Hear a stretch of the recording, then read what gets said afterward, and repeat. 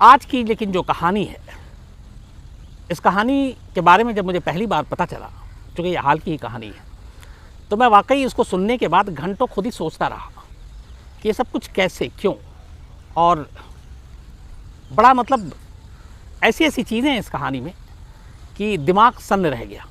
एक होता है झकझोर देने वाली कहानी, एक होता है हैरान कर देने वाली कहानी। अब इस कहानी को मैं क्या कहूँ, मुझे खुद समझ में नहीं आ रहा है। तो मैं कुछ कहूँ या कुछ समझाऊँ, उससे पहले सीधे आपको सिलसिलेवार कहानी सुनाता हूँ। बात 1994 की है, 1994। उत्तर प्रदेश में एक जगह है शाहजहाँपुर। कई बार मुझे जाने का मौका मिला है शूट के सिलसिले में। शाहजहाँपुर के इलाके में 12 साल की एक बच्ची रहा करती थी। माँ बाप थे नहीं, एक बहन और बहनोई। तो वही उस बच्ची को पालते थे, बहन के साथ अपनी रहती थी। ठीक ठाक फैमिली थी। 12 साल की उम्र थी 1994 में। तो उसकी बहन और जो बहनोई थे दोनों अक्सर वो काम भी करते थे, तो घर से बाहर उनका आना जाना भी होता था, दिन में सुबह कई बार। तो जब वो घर के बाहर जाते तो उनके पड़ोस में कई पड़ोसी थे। उनमें एक पड़ोस में 2 सगे भाई रहा करते थे। उस वक्त उनकी उम्र होगी करीब 18-19 साल मान के चलिए। तो जब भी उस बच्ची के बहन और बहनोई घर से बाहर जाते, वो दोनों भाई उस बच्ची के साथ खेलते। और बच्ची चूँकि 12 साल की उम्र थी, उसे बहुत अकल भी नहीं थी कि वो लोग कहाँ टच कर रहे हैं, क्या छू रहे हैं, कैसे छू रहे हैं और इसका मतलब क्या होता है। गुड टच और बैड टच, उस बच्ची के इस बारे में कुछ पता नहीं था। धीरे धीरे ये बात आगे बढ़ती गई और उन दोनों भाइयों ने अगले करीब 6-7 महीने तक उस बच्ची के साथ ज़बरदस्ती की, एक तरह से उसका रेप किया। दोनों जो भाई थे, उनकी इस हरकत की खबर इस बच्ची की बहन और बहनोई को लगी ही नहीं। राज तब खुला जब करीब 6-7 महीने बाद एक दिन बच्ची बीमार हो गई। बीमार होने के बाद जब उसे अस्पताल ले जाया गया, डॉक्टरों ने उसके कई टेस्ट किए और उसी टेस्ट के दौरान एक रिपोर्ट आई और ये रिपोर्ट पैरों तले ज़मीन खिसकाने वाली थी। पता चला कि ये बच्ची प्रेग्नेंट है और उसके पेट में गर्भ है। ये सुनते ही उसकी बहन और बहनोई दोनों सन्न रह गए कि ऐसा कैसे मुमकिन है। 12 साल की बच्ची। अब ये चूँकि हो चुका, इसके बाद डॉक्टर से उन्होंने कहा कि 12 साल की उम्र है, ये कैसे माँ बनेगी, समाज क्या कहेगा, लोग क्या कहेंगे। लेकिन डॉक्टरों ने चेक करने के बाद कहा कि अब इसका अबॉर्शन नहीं हो सकता। अगर अबॉर्शन कराएंगे तो इस बच्ची की जान खतरे में पड़ जाएगी, इसलिए अब और कोई चारा नहीं है, इस बच्ची को उस बच्चे को जन्म देना ही पड़ेगा। इसके बाद उस बच्ची के बहन और बहनोई उसे लेकर उस इलाके से कहीं दूर चले जाते हैं, इसलिए कि वहाँ सब उन्हें जानते थे। और एक 12 साल की बच्ची किसी बच्चे को जन्म दे तो आप अंदाज़ा लगा सकते हैं कि आस पड़ोस के लोग क्या कहेंगे। तो वो उस इलाके को छोड़कर चले जाते हैं। करीब 13 साल की जैसी उम्र होती है उस बच्ची की, तब वो एक बेटे को जन्म देती है। 13 साल की एक बच्ची खुद माँ बन चुकी थी एक बेटे की। अब बात समाज में रहने की थी। बहन और बहनोई जब बच्चा पैदा हो जाता है तब सोचते हैं कि क्या करूं, क्योंकि इस बच्ची की भी पूरी ज़िंदगी आगे पड़ी हुई है। तो वो पता करते हैं और एक परिवार को उसके बेटे को गोद दे देते हैं, क्योंकि उसकी कोई औलाद नहीं थी उस परिवार में, उन्हें भी एक बच्चा चाहिए था। तो वो हकीकत बताते नहीं है, लेकिन उस बच्ची जो 13 साल की बच्ची ने जिस बेटे को जन्म दिया था, उसको ले जाकर एक परिवार को गोद दे देते हैं। और गोद देने के बाद वो उस इलाके से भी निकल जाते हैं। धीरे धीरे वक्त बीतता है, बच्ची बड़ी होती है, 13 से करीब 19 साल की हो जाती है। अब वो चूँकि उस इलाके को छोड़ चुके थे और वो बच्ची को फिर पढ़ाई लिखाई में भी लगा देते हैं। तो जब उसकी शादी की उम्र होती है तो उसकी बहन और बहनोई उस बच्ची की शादी कर देते हैं, जो अब बड़ी हो गई है। शादी के बाद सब कुछ ठीक था, पति के साथ वो खुश थी। उसके बाद उसे एक और बेटे को जन्म देती है। 7 साल की शादी की करीब उम्र हो चुकी थी। दोनों पति पत्नी खुश थे। वो बच्ची भी अपनी उस पुरानी काली यादों को भूल चुकी थी। नई ज़िंदगी में सब कुछ ठीक चल रहा था और एक नए बच्चे की वो माँ बन चुकी थी। लगा कि अब सब कुछ ठीक है, अतीत की वो यादें अब सिर्फ अतीत में ही रह जाएंगी, लेकिन ऐसा हुआ नहीं। शादी के ठीक 7 साल के बाद अचानक इस बच्ची का काला सच एक बार फिर सामने आया।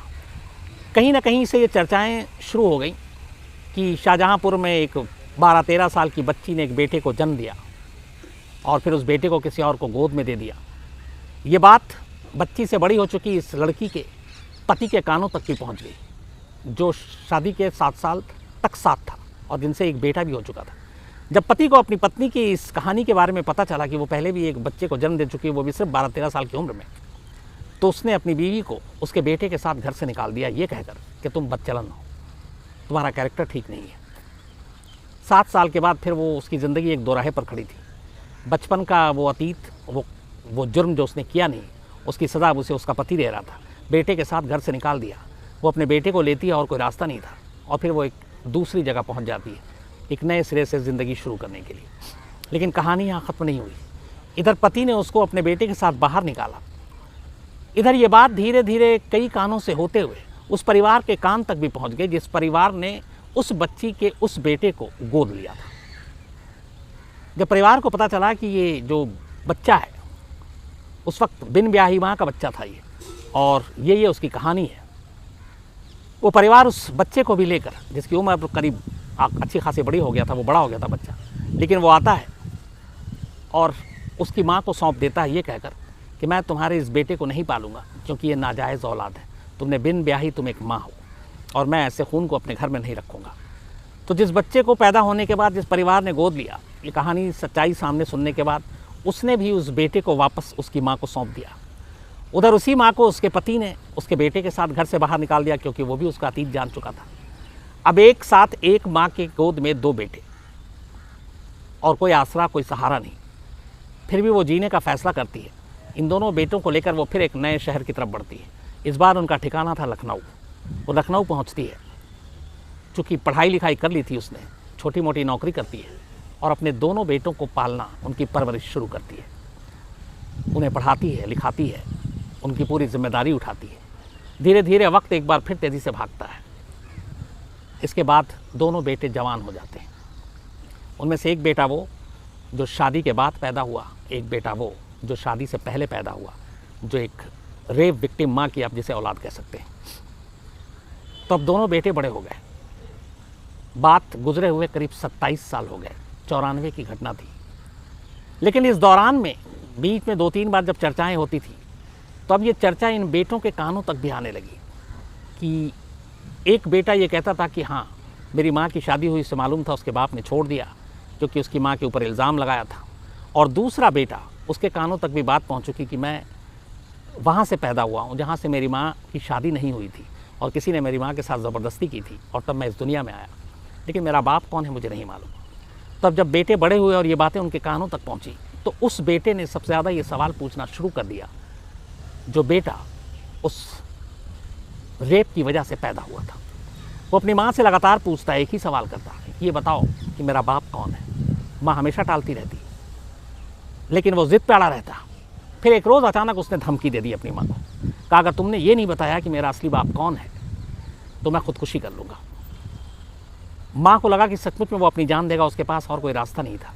तब माँ ने अपनी पूरी कहानी सुनाई, बताया कि कैसे 1994 में शाहजहाँपुर में उसके पड़ोस में रहने वाले 2 भाइयों ने उसके साथ जो कुछ किया और उसके बाद उस पैदा हुआ। इस कहानी को सुनने के बाद बेटे ने कहा कि 27 साल बाद ही सही मैं उन दोनों से बदला लेना चाहता हूँ।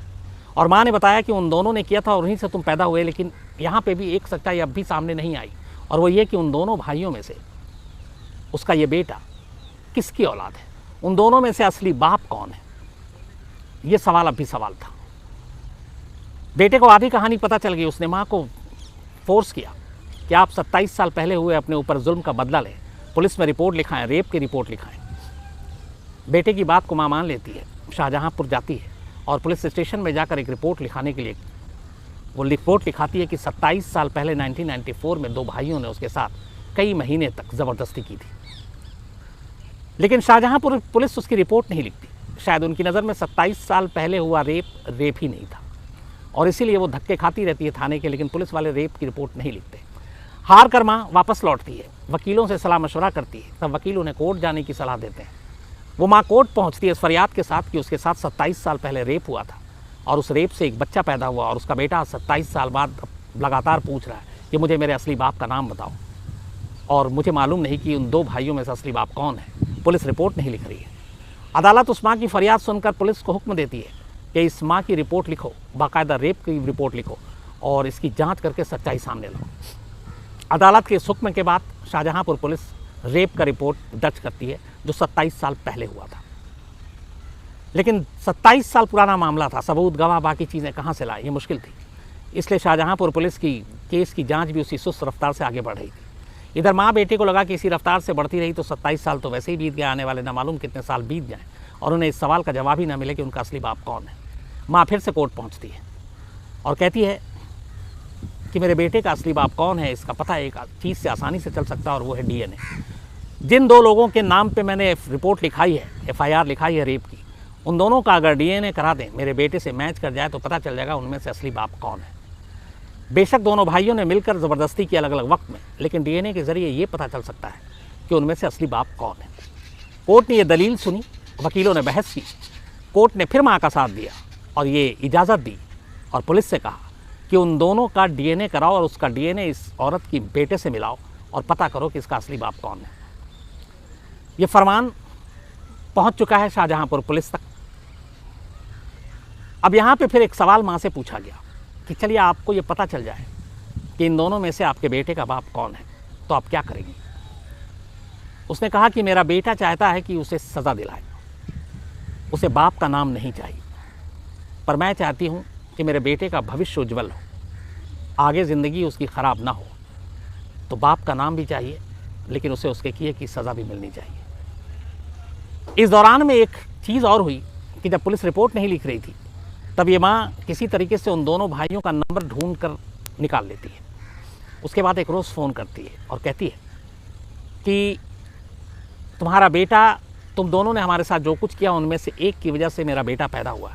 अब उनमें से असली बाप कौन है मुझे ये जानना है, क्योंकि मेरे बेटे को जानना है, तो सच बता दो। फ़ोन सुनने के बाद उन दोनों भाइयों ने पहले तो उस महिला को झाड़ा, उसके बाद उसे डांटा और फिर धमकी दी कि दोबारा फ़ोन किया तो तुम्हें मार डालेंगे। उसके बाद से ये बातचीत नहीं हुई।